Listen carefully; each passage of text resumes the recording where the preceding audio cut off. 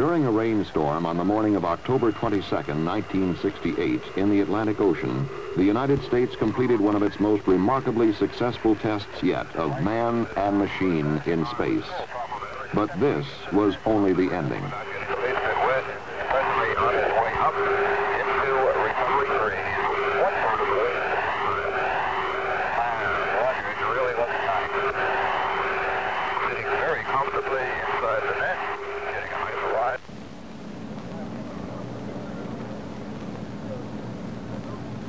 It was on a clear morning almost 11 days earlier at the Kennedy Space Center's Launch Pad 34 in Florida that we witnessed the beginning of the first manned mission in the United States Apollo program to land astronauts on the moon.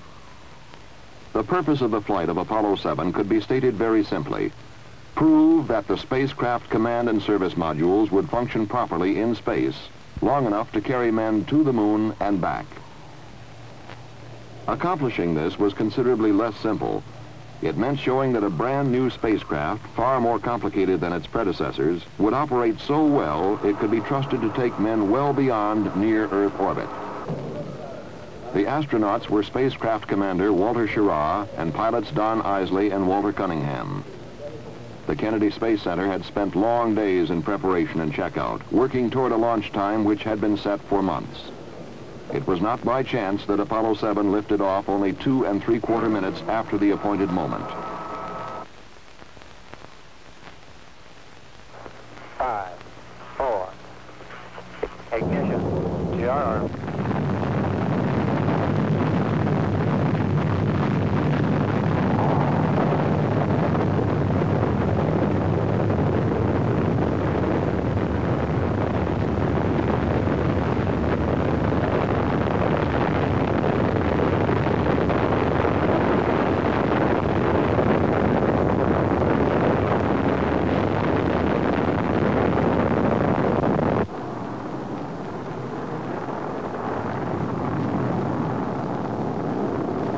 The Marshall Space Flight Center had spent years directing development and testing of the Saturn 1B launch vehicle, and it was not by chance that Apollo 7 was placed almost exactly on its planned trajectory into orbit about the Earth.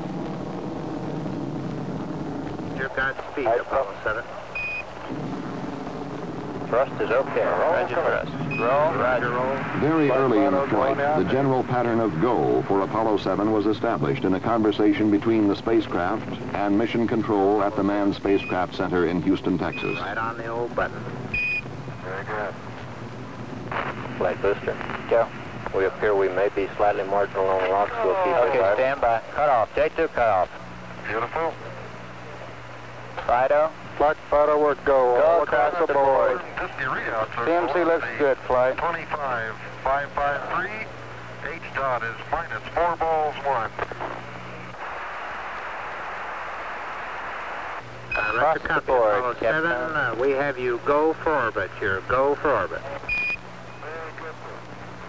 Apollo 7 was also go for an exhaustive series of tests of its worthiness in space.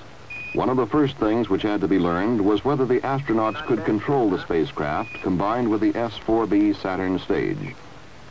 A very similar thing would have to be done during the early phases of a lunar mission. The answer was not long in coming. 3, 2, 1, mark. S-4B test complete. Beautiful. That was outstanding. Real fine, outstanding. Next, the spacecraft and S-4B stage were separated. The question now was whether the astronauts could turn their spacecraft around and control it to the degree required for future physical link-ups with equipment in space. For this, too, would have to be done in the lunar flight. And again, the answer was yes. Was a little flashes like Gemini? Something that will not be seen in the lunar flight or in any other forthcoming Apollo mission were the panels at the top of the S-4B stage.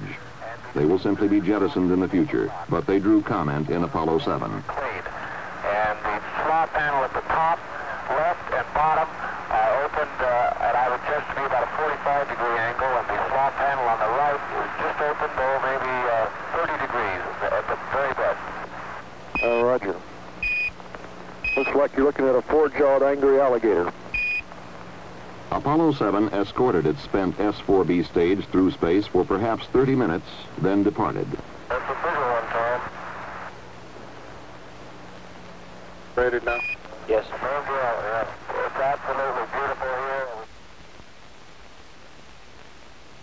The following day, Apollo 7 burned its spacecraft propulsion system for the first 2 times in the mission and returned to its 4-jawed alligator, which was now angrier than ever.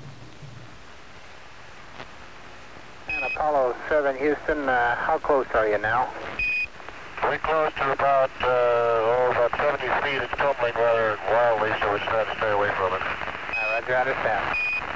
Ready to copy, Jack, go. Okay, separation. In this maneuver, Apollo 7 had accomplished the first rendezvous of the program, and in so doing had proven capable of meeting still another requirement for lunar flight. 1618 plus 1221. Then, as we were to see in some of the most dramatic film ever returned from space, the crew would settle down to a weightless life in a spacecraft with 4 times more room than Gemini.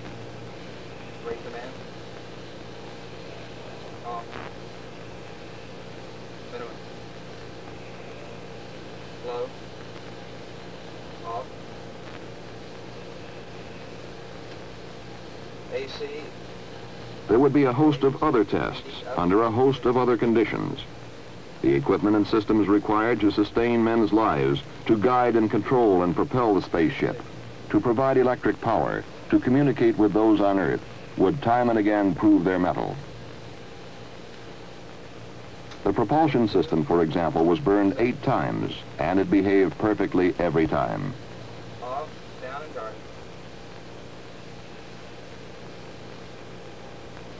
Auto.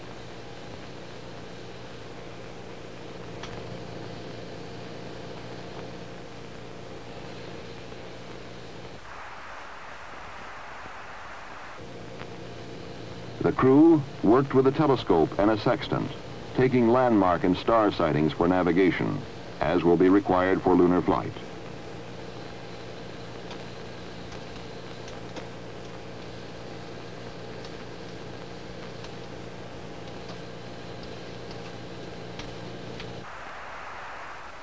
And they discovered on occasion that water particles which had been dumped overboard could be confused with stars. Care will have to be taken to avoid this confusion on future flights.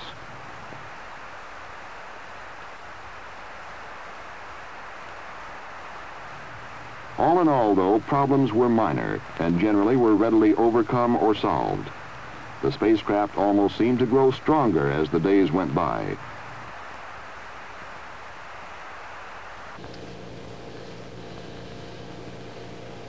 But Apollo 7 was as much a test of man as of machine, and human errors were not taken lightly. Apollo 7, Houston, we acknowledge the error on the ground here. Okay, I'd like to have the ground get to work and look at the sleep rest cycles. The error had led to an interruption of a sleep period for the astronauts, who were understandably irritated after days of hard work. It was imperative that this situation be remedied. I want the rest of these work periods worked out there. Apparently you can move up burn 3. How about giving us a chance to get some sleep? Apollo 7, Houston, understand. There were also those problems to which man is susceptible but cannot control, like the common cold. Oh, very good. I got a couple small items for you. Wally took a couple ounces of Actifed. Walt took 1 Actifed only. He feels fine. He just got a little stuffy headphones. And I put some nose grease in mine because my nostrils are a little dry. Besides, it smells good.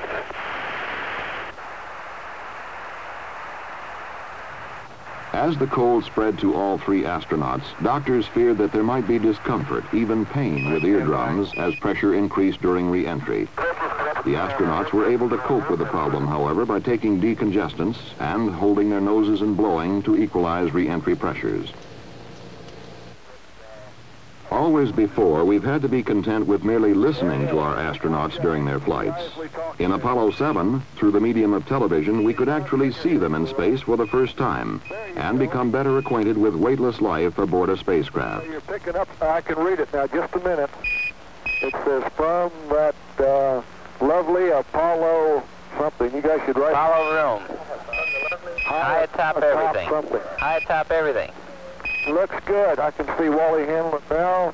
And Don has a smile on his face, and there's Walt. Down the Gulf Coast. Okay, what's the next one? A little closer, Wally.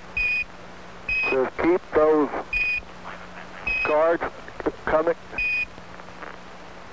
Cards and letters coming in. Coming in, folks. It's loud and clear. Roger. Good morning to everyone in television land. You're looking at the right-hand portion of the main display console. In the upper left-hand portion of your view, you would see the instrument that has to do with the cryogenics that are used to power the fuel cells and provide breathing oxygen to the spacecraft. Yeah, that's 310. As the flight of Apollo 7 proceeded day by day, confidence in men and equipment grew. The astronauts became accustomed to their home high atop everything.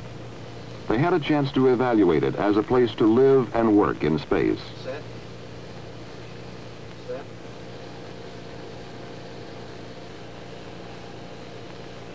Is that all?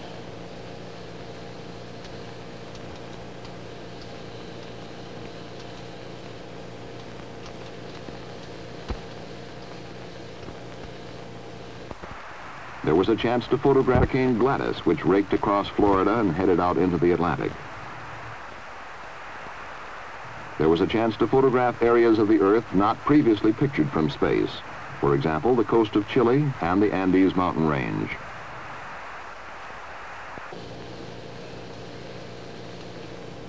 The crew could evaluate such things as the importance of exercising,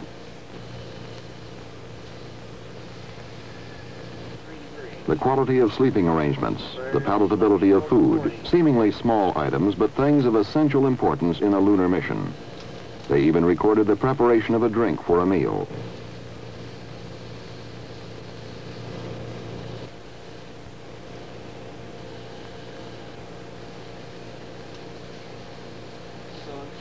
We have Comet Australia. By the time Apollo 7 entered its 11th day in space, it had exceeded the time required for a flight to the moon and back. It was also well on its way to accomplishing all planned objectives and more. Apollo 7 was called 101% successful. On the morning of October 22nd, 1968, Apollo 7 began its final revolution, the 163rd. At approximately 259 hours and 39 minutes after liftoff, the spacecraft propulsion system was burned for the final time, and Apollo 7 headed home to Earth.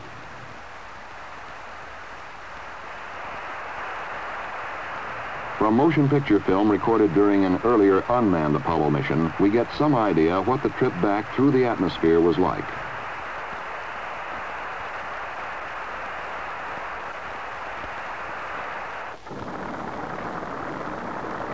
In less than an hour after touchdown in the Atlantic Ocean, the flight crew emerged from helicopters which had brought them to the recovery ship, the carrier USS Essex.